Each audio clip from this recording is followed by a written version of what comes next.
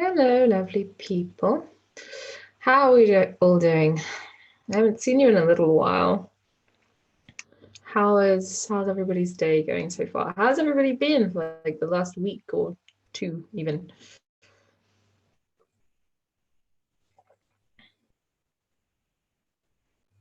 Hi, Jalaj. We're gonna get started in maybe like 60 seconds. Hey, Namrata. Hi, Laura. Also, Namrata, if I'm pronouncing that wrong, do let me know, and I will do my best to pronounce it right. How are my seminars? Long. They were good, but they were long. 7.5 hours is a long time to live stream. So it's a little bit dead by the end of the 2 days. Yes, let's do some awesome chemistry. I like that, Jalaj. Hello, everybody. All right, I'll sort of share the presentation with you guys and we'll work in slowly. So my lovely colleagues just dropped the presentation in the chat. It should also be in the description as well, I believe. So if you want to grab it from there, also you can do that. Oh, I'm glad I pronounced it right. I think that's so important, but I don't always get it right. So I apologize for those times I do get it right. This should be about 45 minutes orthox. Hey, Emily. Yeah, it makes sense that you would need a break after that, Jalaj. It was long. Okay, so the idea of this, if you're new, welcome. If you're not, welcome back. My name is Georgia, if you didn't know. We're going to be looking at redox reactions today. So the idea of these live streams are essentially that we're going to just sort of go through some questions together. So I'll read you the question, I'll give you a little bit of time to do it, and then I'll talk you through the answers and answer any questions that you have, and then so on and so on. How do you access the previous recordings of the live streams, Jalaj? Is that what you mean?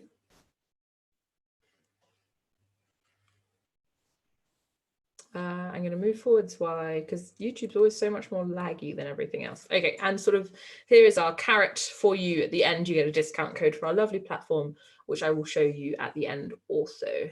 All right, so let's get started. Yes, the classes are in the, if you mean the previous live streams on YouTube, they're on our YouTube channel in a playlist. Oh, you mean oh, I saw your comment about that. Yes, so I'm going to forward that to the tech team, Jalaj. I don't know why you're not able to access it, but the tech team will handle that. I'm not, the sort of tech stuff is not my end of things. The chemistry stuff is though. So this question is about group 7 elements. Chlorine can be made by the redox reaction below. So we've got manganate, so MnO2, plus 4 hydrochloric acid moles, and our products are manganese chloride, 2 moles of water, and 1 mole of chlorine.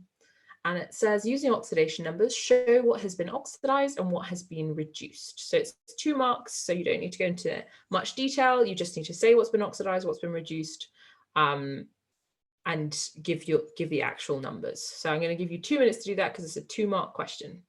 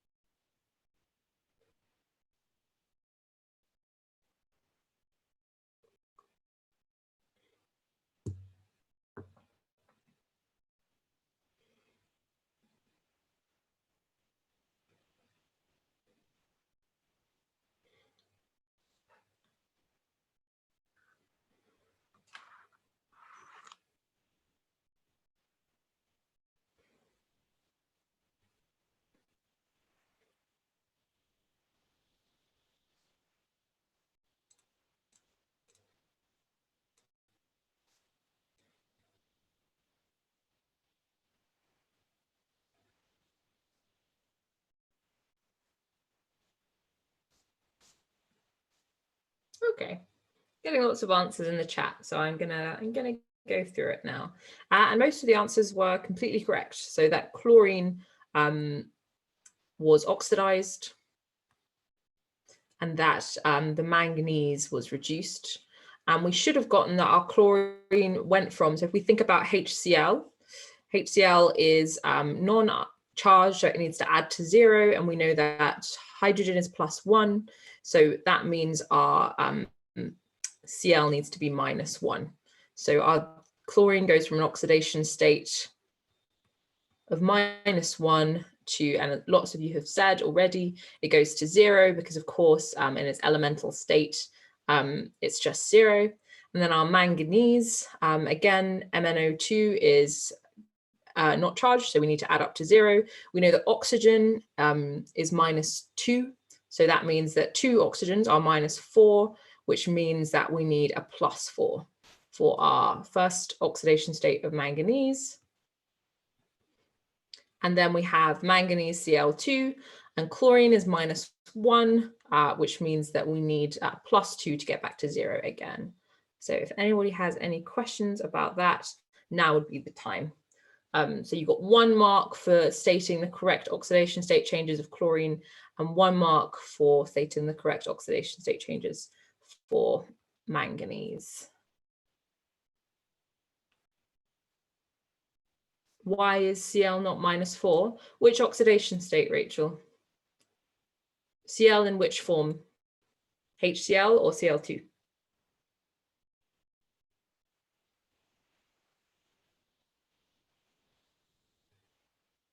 HCl. Okay, so you don't need to times by the number of moles. So if I'd said 4Cl is equal to -1, I would be wrong. 4Cl is equal to -4. But if I'm just saying 1Cl, I can say that chlorine is equal to -1. Does that help, Rachel?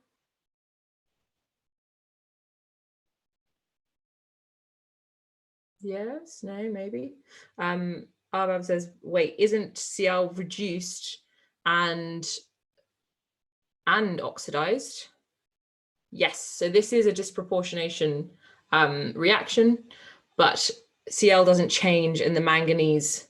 In the manganese, Cl is still -1. So chlorine both stays the same oxidation state and is oxidized. But as it's asked what is oxidized and what is reduced, not what stays the same in its oxidation state, we don't need to say that. Do you always ignore the big numbers? Yeah, you basically can ignore moles for oxidation states. Okay, I'm going to move forwards. So do we consider the moles when it comes to oxidation number questions? No, not unless you're trying to sort of balance a full equation, which we will be doing at some point. So you'll see how that works in just a second.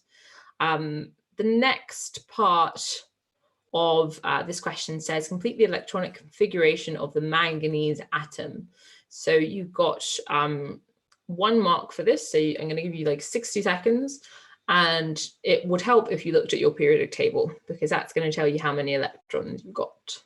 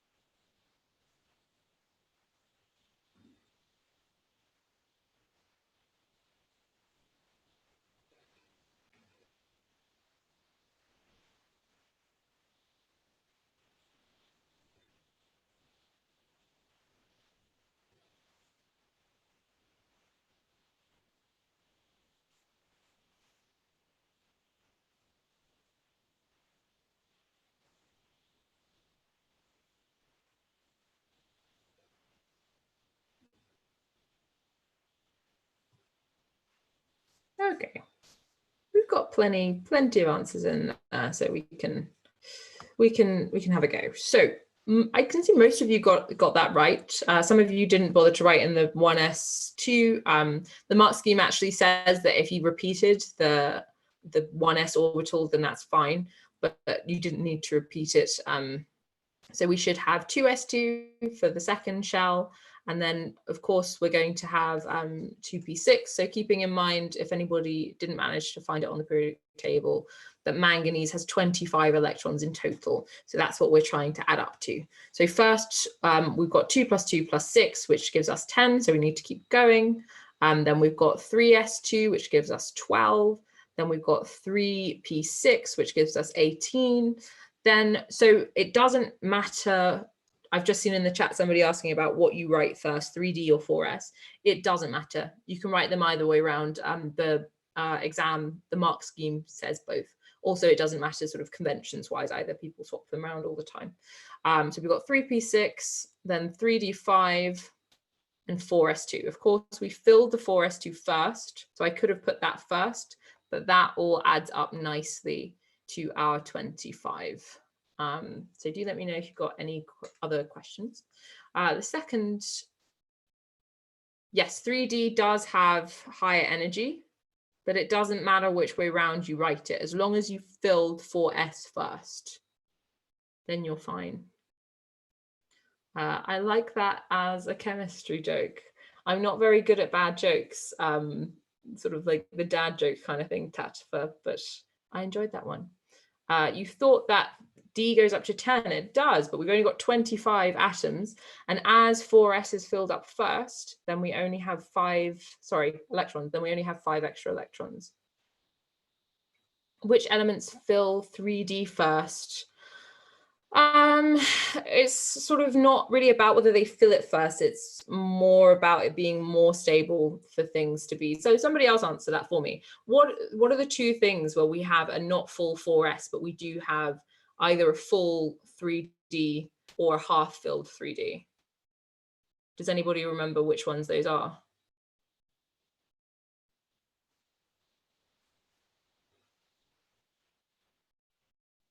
Anybody? Yeah, it's copper and chromium. So it's not that chromium has chromium doesn't fill its 3D. It only half fills its 3D, but that is true. Okay. All right. So the next part of the question says, what does it say? It says chlorine gas can be added to a cold dilute alkaline solution to form bleach. Write the equation for this reaction. So this is just one of those memorizey ones that you're supposed to have in your brains. So have a go. You got 60 seconds.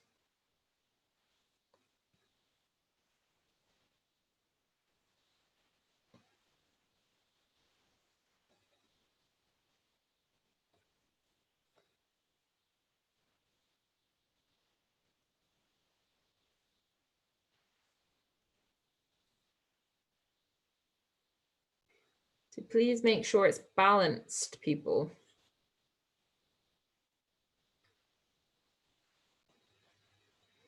The book club is every Monday and Wednesday. There just aren't enough hours in the day, Jalaj. I'm sad too, because obviously I wouldn't like any of my things to clash, but as the book club is kind of more optional, if there's anything to clash with a chemistry thing, it's got to be the book club, right? So the book club is on our platform rather than on YouTube. We're currently reading an introduction to quantum mechanics, sort of like the chemistry side of that.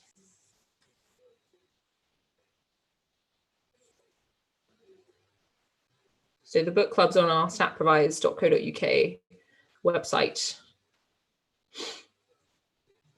You have to be a subscriber to sort of join the book club.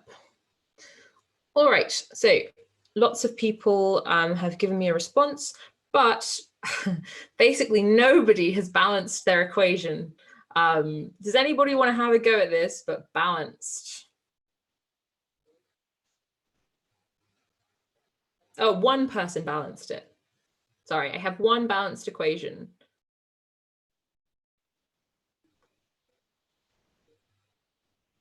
Does it make water or HCl? You shall see. Okay, so we have chlorine gas, and we know what that is. So that will be that will be Cl2. And then we've been told that we have a cold dilute alkaline, and we should have NaOH, and we may be balancing that in a bit. Yes, some people balanced it, Namrata. Just most people did not. Then our products are the bleach itself, so NaClO. We also have NaCl formed and water. So the equation is not balanced because we have 2 sodiums in our products and only 1 in our reactants. So we need 2 moles of our sodium, which means that we are now all nicely balanced, right? Because we've got 2 of the hydrogens coming from the water, 1 oxygen coming from the water, and 1 coming from the bleach. So that's nice. And HClO, so hydrogen chloroxide. I'm not sure how you would say that, but HClO is bleach. So the bleach you put in your toilet to clean it. How come it forms water? I'm not really sure how to answer that question, because there's hydrogen and oxygen there, and then they bond to make water. Do we need state symbols? State symbols would be nice, but the mark scheme did not. The mark scheme did not sort of require state symbols. How do you know the cold alkaline is NaOH? You just have to memorize that. So this is one of the sort of core reactions you just need to know. Chloric acid. Thank you, Cookie Crumbles. Both delicious and great information. Thank you. Are we supposed to know this equation? Yes. So everybody's supposed to know the reaction of chlorine with water and chlorine with cold alkali. OCR-A does not need to know the reaction with hot alkali. So reactions of, you want reactions with chlorine and water, and the reaction with chlorine and cold alkali, so NaOH. Could I do a video on all the chemical equations we need to memorize? Maybe. I'll see if we can squeeze it in at some point. What would be the state symbols? Okay, so it's told us that we have a gas. So chlorine gas would be the first state symbol. Then we have an alkali. An alkali is an aqueous base, right? So it has to be aqueous. And then because we have liquid water there, everything else is going to be aqueous.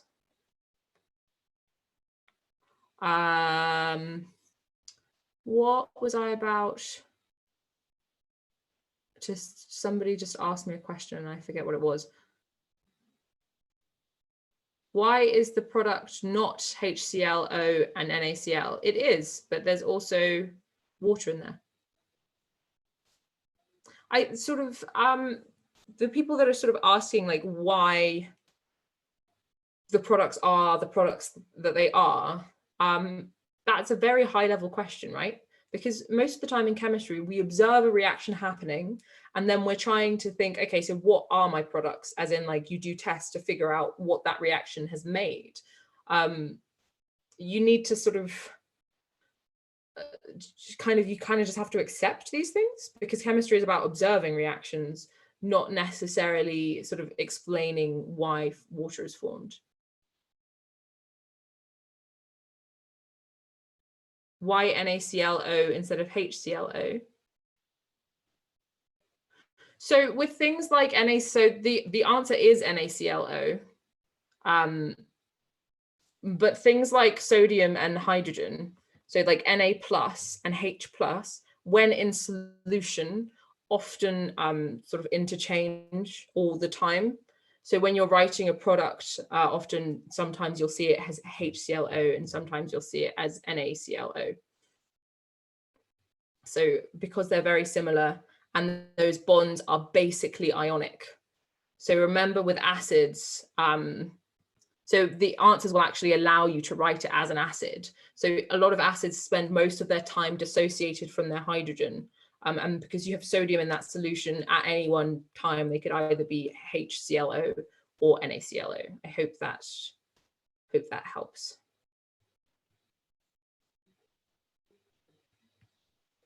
Okay. Would you lose your marks if you didn't write the state symbols? No, not for this question. I'm going to move forwards. A student bubbles chlorine gas through aqueous potassium iodide. A reaction takes place. State what the student would observe.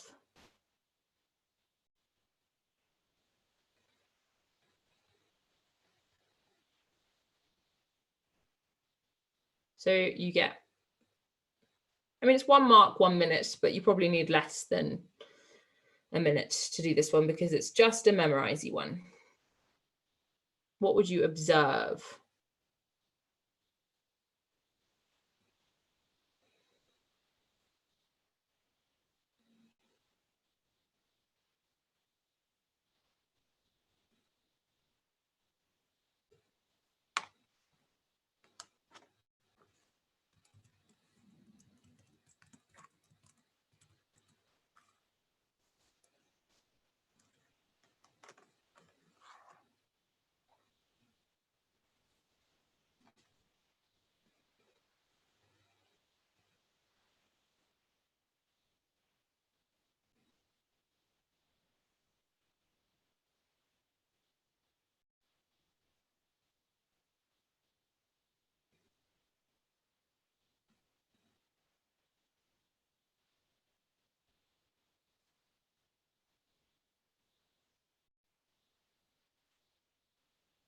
Okay. I think we're ready. All right. So, but quite a few wrong answers and some right answers as well. So if we're bubbling chlorine gas through potassium iodide, before I sort of give you the observed change, what sort of reaction is going to be taking place?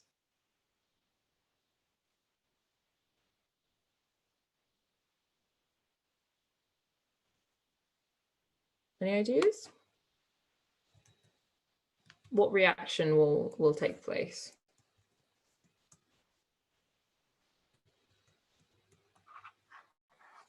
Yeah, we're going to have a displacement reaction. So what kind of thing are we looking for? So if there's going to be, I'm going to sort of give you a clue and say there's a color change. So we're going to be looking for a color change of our products. So what are our products when this happens?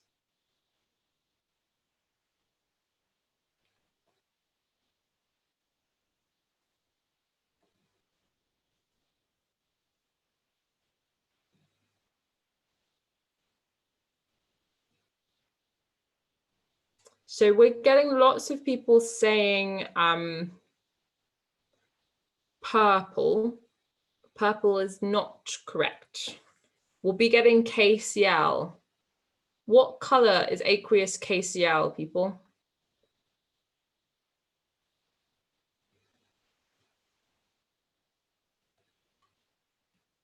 Anybody?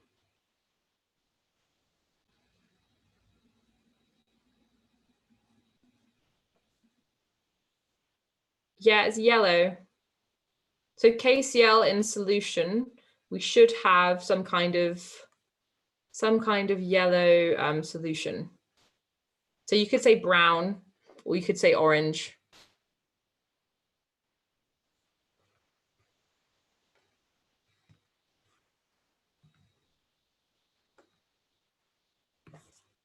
But that's what you would observe. So fluorine on its own is yellow, yes. But KCl in solution is going to be yellow, orange, brownish. So Benin, is that your name? Benin? Am I Benin?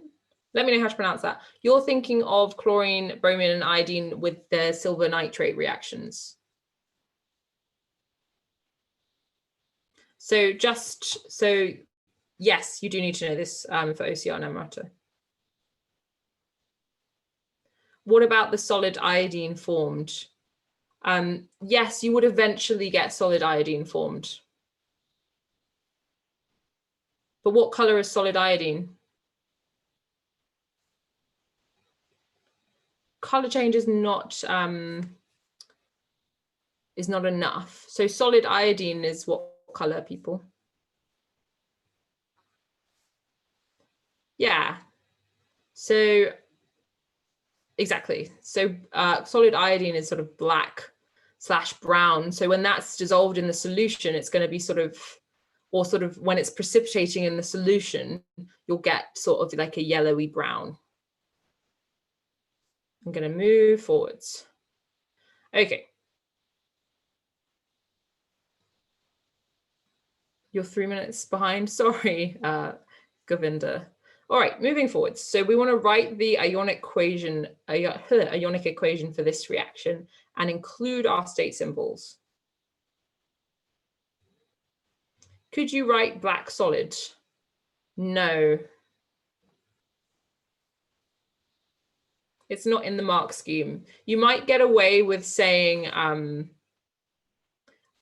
that iodine starts to sort of precipitate into the solution, but the color change is sort of yellow, orangey, brown.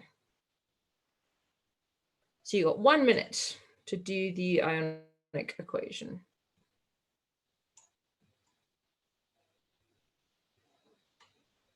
As in, why is that what the mark scheme says? I didn't write the mark scheme, and sometimes the mark scheme is like really pernickety, and then it's sort of up to the examiner to be nice if the mark scheme's been really over pernickety.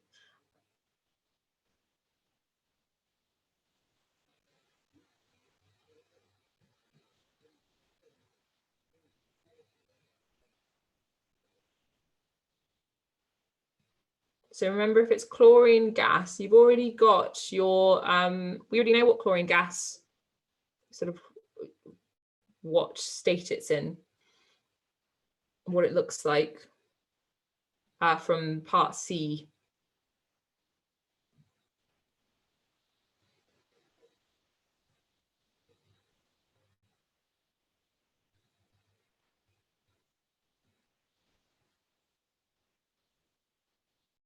Okay, I'm going to go ahead and write the answer. So those of you saying that it's Cl minus in the reactants, be careful. We know that it's chlorine gas. It says chlorine gas is bubbled through the solution. And we've already looked at our bleach reaction and we know it's Cl2. So you should know that it's Cl2 and that it's gaseous. And then we know that it's potassium iodide. And potassium iodide is, the potassium is a spectator ion, so we don't include it and we just have I minus. And we know it's in solution, so it's aqueous. Hey, Luca. And then our products, we have iodine, which is dissolved in the solution. So it's aqueous. And then we have 2 chlorine ions, which means that, of course, to balance it, we must have 2 iodine ions. What do you mean why, and why which thing? You kind of have to give me more than that. How do you know it's a spectator ion? Can we keep the chat nice, please, Safa? There's no need to sort of call people nerds. You don't know how they'll take that, whether they will take that as a compliment or an insult, so just don't.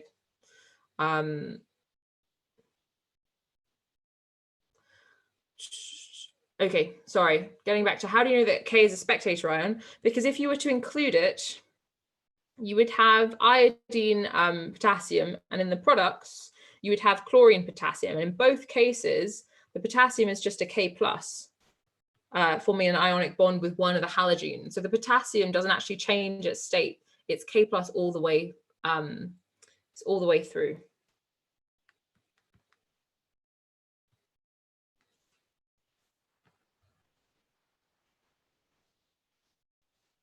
Okay, so I'm getting lots of why isn't it purple from the iodine?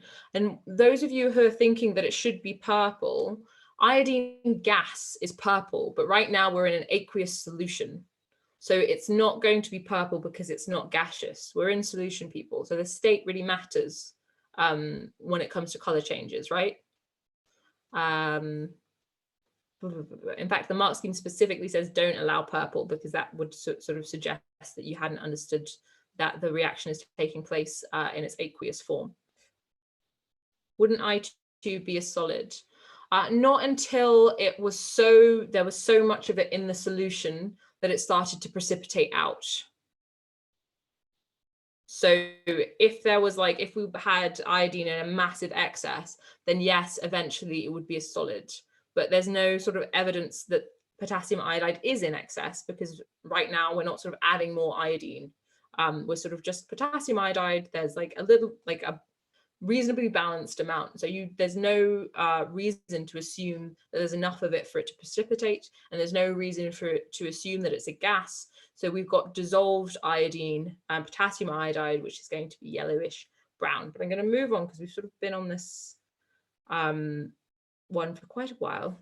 And I want to have a go at this question because we haven't had a chance to go through half equations and full equations, so I at least want to get that done before the end. Okay. Instead of yellow, could you have said black? Precipitate formed. It doesn't say it in the mark scheme, but a nice examiner might allow it, but it doesn't say it in the mark scheme. So I would just be careful about just using the language the mark scheme uses, just because it will get you your marks, not because it's untrue that iodine is black and might precipitate. Okay. The leaves of the rhubarb plant contain ethane dioic acid, a toxic white soluble solid. The acid is readily oxidized by potassium manganate 7 under acidic conditions. A sample of, yes, it's in the description. Niati, let me know if I'm pronouncing that wrong. Yeah, it's not a great question. You've not done the beginning of this question, Jalaj, before. And that's probably all we're going to get up to, I imagine, because things are going quite slowly today. Okay, a sample of 250 grams of rhubarb leaves was finely chopped and then soaked in warm water to release any ethane dioic acid present. The mixture was then filtered to make up a volume of 500 centimeters cubed using distilled water. 10 centimeters cubed of the solution was then titrated with 0.01 moles per decimeter cubed acidified potassium manganate solution from a burette, requiring 11.3 centimeters cubed to completely oxidize the sample. First part, we're going to write the half equation for the oxidation of ethane dioic acid to form carbon dioxide, and the half equation for the reduction of the manganate ions in acidic solution to form manganese ions, and state symbol are not required. So this part A is definitely AS level, because you should be able to write half equations as part of AS. So we're looking for 2 half equations. They aren't easy ones. I will grant you this is quite a tricky question, which is why I picked it. Please just have a go. And then if you're confused, we will go through it together. So you got 2 minutes.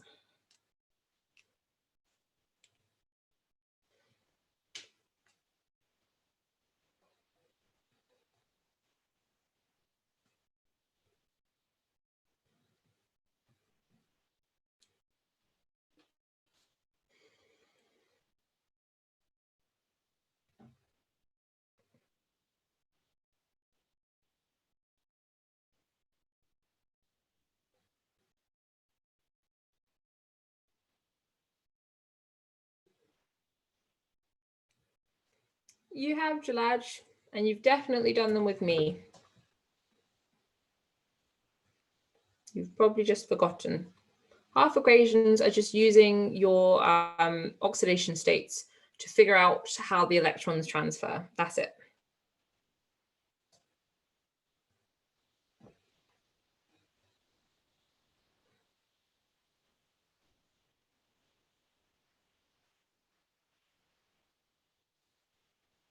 If you're confused, we will be going over it in just a little bit, so don't worry too much.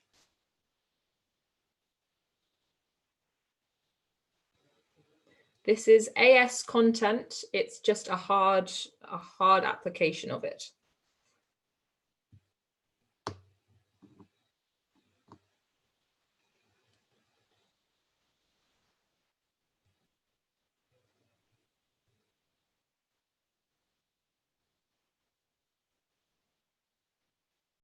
That's okay. So really all you're doing is writing down where the electrons move. I'll give you the oxidation state of oxygen. It's -2.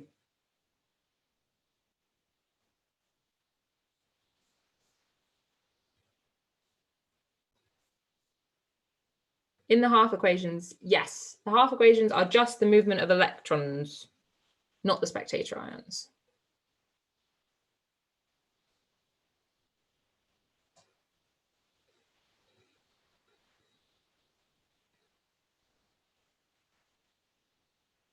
And this is a hard question. I picked it because hard questions are good to go through, right? So that you guys can have sort of like something tricky to chew on with some help.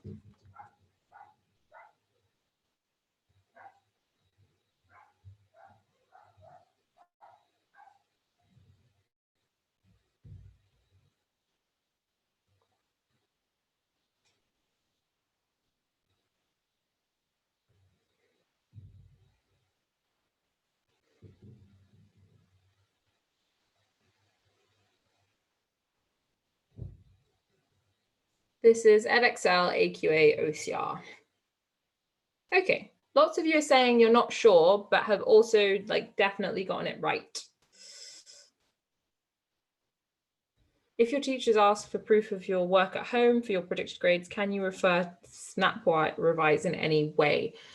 So if you're on our platform and we've seen you there lots, what we can do is just write a letter about sort of the number of times you've been to class and when you started. But that's all we can do. We can't sort of give a predicted grade. But if you've been on our platform for a long time, which you have, Jalaj, then we can just sort of send sort of like, they've been revising with us for this length of time, this many times a week. That's what we can do. There are chemistry podcasts. I'm not sure about next week. Could my colleague find out? I'm not sure. All right. So what I'm going to do, lots of you have gotten it right. Everybody that's been like, is this, but I'm not sure, you have been correct. So I'm going to start with the ethane dioic acid. So when you're doing half equations, you're really just looking at the oxidation state changes. So we've been told that ethane dioic acid forms carbon dioxide. And we'll go through the manganese one in a second, resurrection stone. So we've got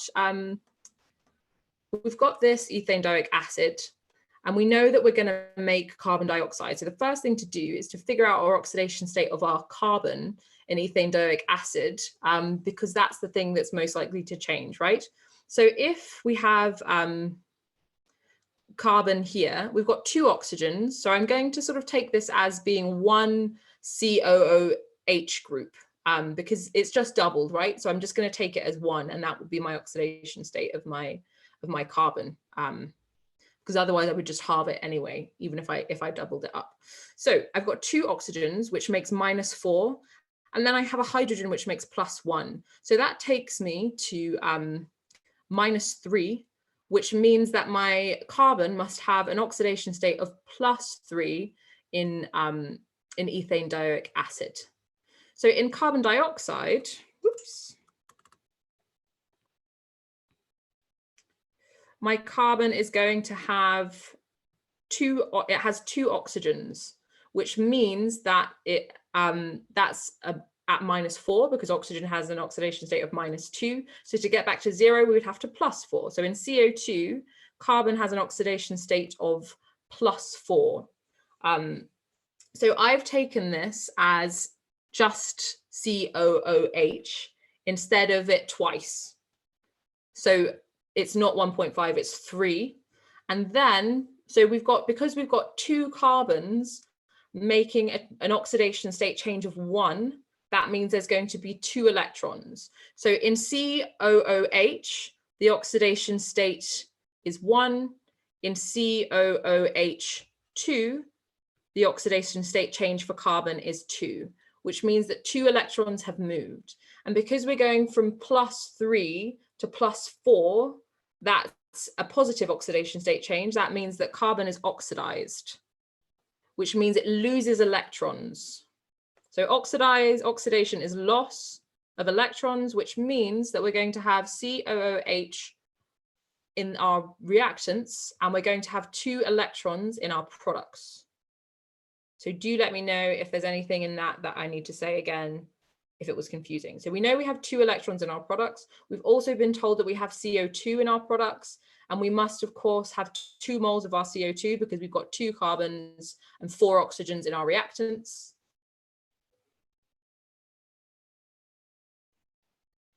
Why am I looking at the oxidation state for COO?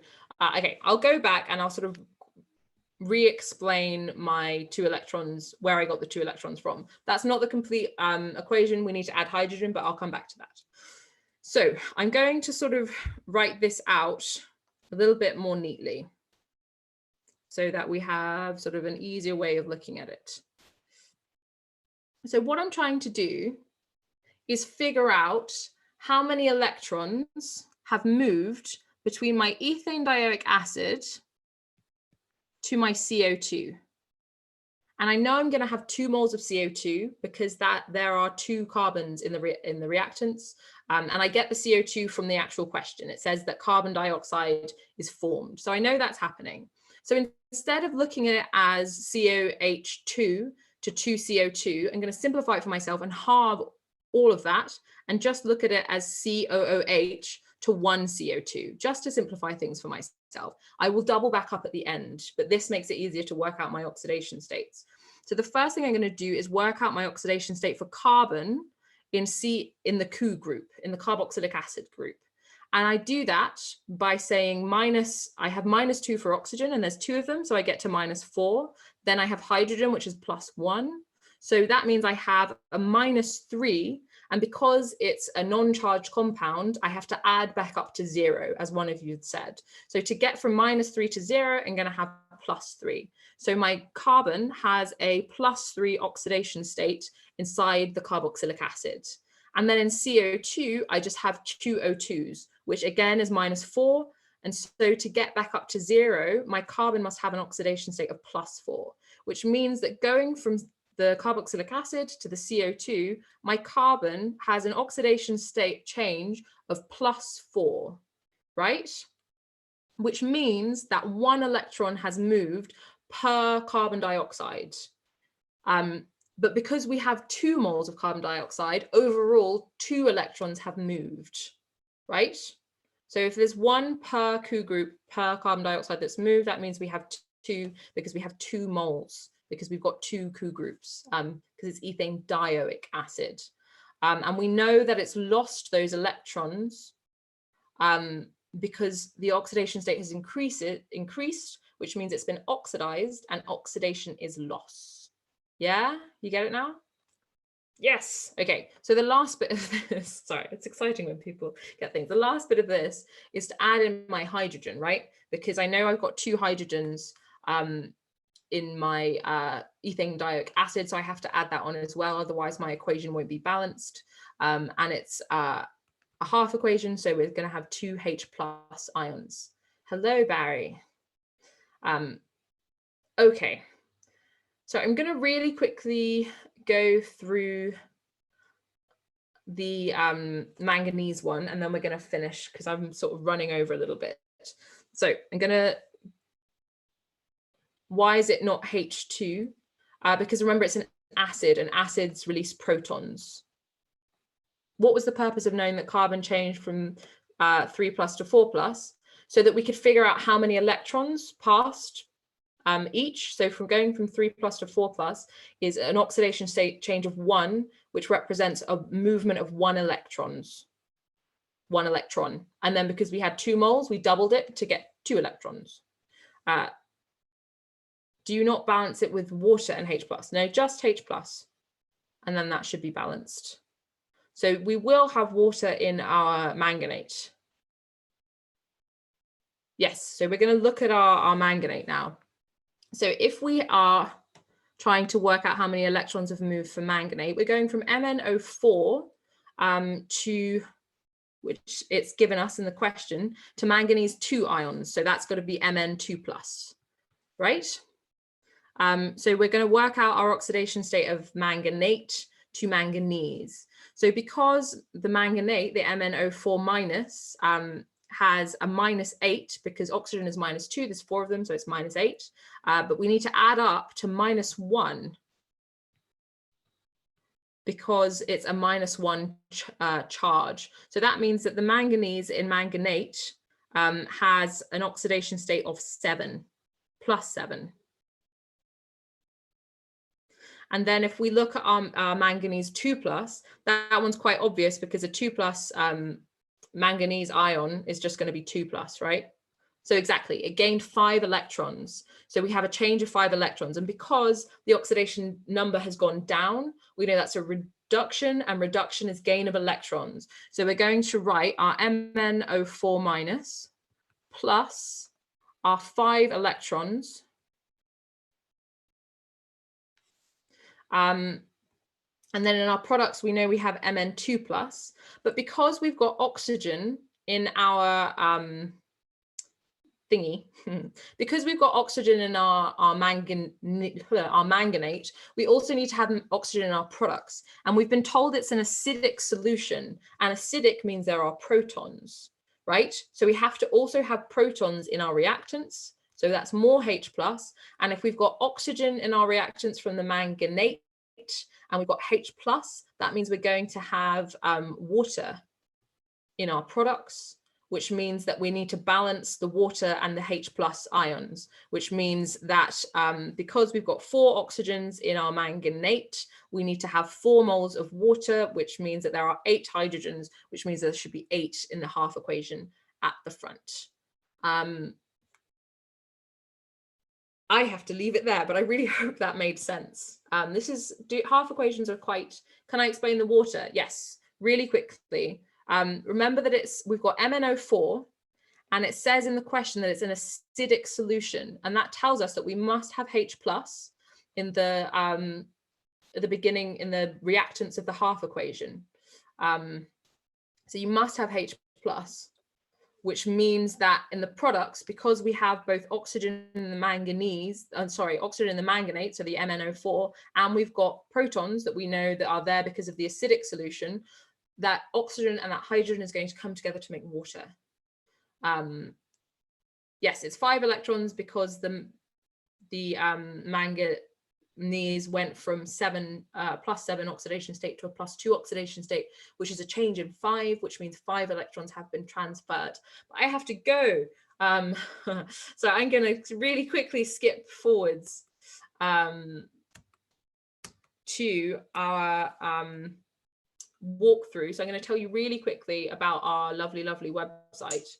So we do these things on YouTube, partly because we want to give you some free content, because that's just fair, and partly because we want you guys to know about our platform, which we've worked very hard to put together. So I'm going to sort of be very quickly show you what is on our platform. So we have, yes, so it's telling you about the Home Study Club on YouTube that's happening right now, of course. And it's snapprovise.co.uk. And as you can see at the top, the Biology Book Club is happening right now, and the A-Level Maths Drop-In is happening right now. So there's lots of things that goes on our website, but I'll give you the gist. So for example, if you were studying AQA chemistry,